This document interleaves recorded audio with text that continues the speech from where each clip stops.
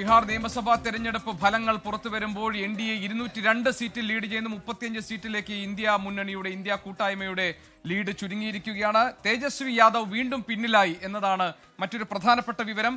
രഘോപൂർ മണ്ഡലത്തിൽ 2000-ലധികം വോട്ടുകൾക്ക് തേജസ്വി യാദവ് ഇപ്പോൾ പിന്നിലാണ്. ശ്രീനാഥ് ചന്ദ്രൻ വിവരങ്ങളുമായി ഉണ്ട്. ശ്രീനാഥ്, മഹാസഖ്യത്തിന് വലിയ തിരിച്ചടി നേരിടുന്നുണ്ട് ഈ തെരഞ്ഞെടുപ്പ് ഫലങ്ങൾ പുറത്തു വരുമ്പോൾ. അതിൽ തന്നെ തേജസ്വി യാദവ് നായകൻ തന്നെ വളരെ പിന്നിലായി പോകുന്ന സാഹചര്യം ആണല്ലോ കാണുന്നത്. 2000-ലധികം വോട്ടുകൾക്ക് തേജസ്വി ഇപ്പോൾ പിന്നിലാണ് എന്ന റിപ്പോർട്ടുകൾ വരുന്നുണ്ട്. പുതിയ വിവരങ്ങൾ എന്തൊക്കെ?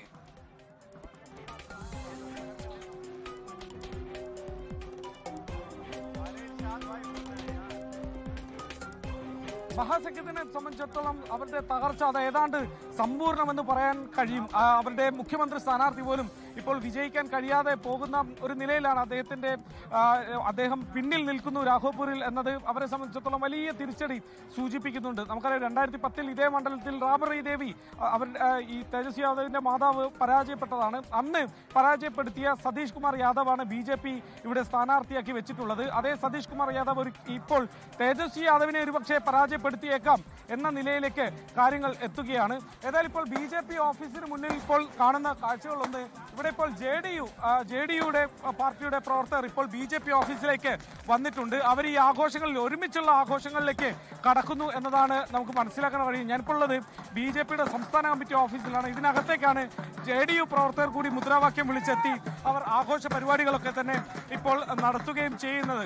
200-ന് മുകളിലേക്ക് ഒരു ഭൂരിപക്ഷം, ഒരു ലീഡ് ഇപ്പോൾ NDAക്ക് കിട്ടുന്നു എന്ന് പറയുമ്പോൾ അത് അവരെ സംബന്ധിച്ചിടത്തോളം വലിയ വിജയമാണ്. ഒരു സമ്പൂർണ്ണമായി തൂത്തുവാരൽ എന്ന് വിളിക്കാൻ കഴിയുന്ന തരത്തിലേക്ക് ആ വിജയം മാറി എന്നത് തന്നെയാണ് സൂചിപ്പിക്കുന്നത്. മുൻകാലങ്ങളിൽ യാദവ മുസ്ലിം വോട്ട് ബാങ്കായിരുന്നു യഥാർത്ഥത്തിൽ RJDയെ പിന്തുണച്ചതെങ്കിൽ ഈ ഘട്ടത്തിലാവുമ്പോഴേക്കും 2025 ആവുമ്പോഴേക്കും ആ ഒരു വോട്ട് ബാങ്കിന് പുറത്തേക്ക് വരാൻ അവർക്ക് കഴിയുന്നില്ല. മാത്രമല്ല മഹിളകൾ, പിന്നോക്ക വിഭാഗങ്ങൾ, EBCകളൊക്കെ തന്നെ കൂടുതലായി നിതീഷ് കുമാറിനും NDAക്കും അനുകൂലമായി വോട്ട് ചെയ്തു. യുവാക്കൾ ഏതാണ്ട് 18-നും 29-നും വയസ്സുള്ള 23% പേർ യുവാക്കൾ സംസ്ഥാനത്തുണ്ട് എന്നതാണ്. അവരുടെ വോട്ടും കൂട്ടമായി തന്നെ നിതീഷ് കുമാറിനും ഒപ്പം NDAക്കും കിട്ടി എന്നതാണ് നിലവിലെ ഈ ലീഡ് നില പരിശോധിക്കുമ്പോൾ നമുക്ക് മനസ്സിലാക്കാൻ കഴിയുന്നത്. ഏതെങ്കിലും ഒരു മേഖല തിരിച്ച് ഒരു മുന്നേറ്റം എന്ന് പറയാൻ കഴിയില്ല. സംസ്ഥാനത്തൊട്ടാകെ ഏതാണ്ട് എല്ലാ മേഖലയും, സീമാഞ്ചൽ മേഖല, ഒപ്പം തന്നെ മഗധ മേഖല, അങ്ങനെയുള്ള ചമ്പാരൻ അടക്കമുള്ള എല്ലാ മേഖലകളിലും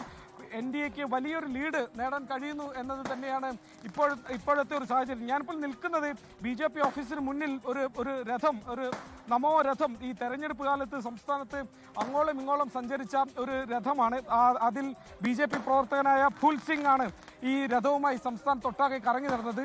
ആ ഫൂൽ സിംഗ് ആണ് ആ വാഹനത്തിൽ ഇരിക്കുന്നത്. അദ്ദേഹം ഈ ആഘോഷ പരിപാടികളിൽ പങ്കെടുക്കാൻ വേണ്ടി സംസ്ഥാന കമ്മിറ്റി ഓഫീസിലേക്ക് എത്തിയതുമാണ്. വേണമെങ്കിൽ നമുക്ക് ഫൂൽ സിംഗിന്റെ ഒരു പ്രതികരണം കൂടി തേടാം. അദ്ദേഹത്തിന് എത്രത്തോളം ഒരു സന്തോഷമുണ്ട് എന്നുള്ളത്.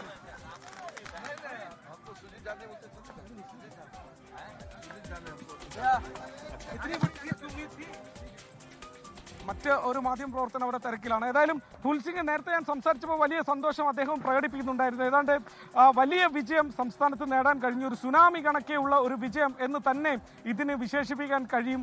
തെരഞ്ഞെടുപ്പ് കാലത്ത് സ്ഥാനാർത്ഥി പട്ടിക തയ്യാറാക്കുന്നതിലടക്കം സീറ്റ് വിഭജനത്തിലടക്കം പോരടിച്ചു നിന്ന മഹാസഖ്യത്തിന് കിട്ടിയ വലിയൊരു തിരിച്ചടി തന്നെയാണ്. ഈ നാമനിർദ്ദേശ പത്രിക സമർപ്പിക്കാനുള്ള അവസാന തീയതി കഴിഞ്ഞിട്ടും എത്ര സീറ്റുകളിലാണ് ഓരോ പാർട്ടിയും എന്ന കാര്യം പോലും അവർക്ക് പറയാൻ കഴിഞ്ഞില്ല. 8 സീറ്റുകളിലെങ്കിലും അവർ സൗഹൃദ മത്സരം എന്ന പേരിൽ ഒരുമിച്ച് മത്സരിക്കുന്ന കാഴ്ചയും നമുക്ക് കാണാൻ വേണ്ടി കഴിഞ്ഞു. അങ്ങനെ ഒരു ഒത്തൊരുമയില്ലാതെ പോലും അവർക്ക് മത്സരിച്ച സീറ്റുകളിലൊക്കെ തന്നെ തിരിച്ചടി ഉണ്ടായി എന്നത് തന്നെയാണ്. അതിൽ അവർ ഉപമുഖ്യമന്ത്രി സ്ഥാനത്തേക്ക് കണ്ടിരുന്ന മുകേഷ് സാഹ്നിയുടെ party VIP Vikassheel Insaan party അത് ഒരൊറ്റ സീറ്റ് പോലും ലീഡ് ചെയ്യാൻ കഴിയാത്ത വിധം തകർന്നടിയുന്ന കാഴ്ച കണ്ടു. അങ്ങനെ ഏതെങ്കിലും ഒരു പാർട്ടി എന്നല്ല, RJDയും കോൺഗ്രസും എല്ലാവരും ഒരുമിച്ച് തകർന്നടിയുന്ന കാഴ്ചയാണ് യഥാർത്ഥത്തിൽ മഹാസഖ്യത്തെ സംബന്ധിച്ചിടത്തോളം ബീഹാറിൽ ഈ നിമിഷമുള്ളത്. ലോകത്തെവിടെയായാലും ഏത് സമയത്തും 24 വാർത്തകളും ഓഗ്മെന്റഡ് റിയാലിറ്റി പാക്കേജുകളും എക്സ്പ്ലെയിനറുകളും വിശദമായി കാണാൻ ഞങ്ങളുടെ YouTube ചാനൽ നിങ്ങൾക്ക് സബ്സ്ക്രൈബ് ചെയ്യാം.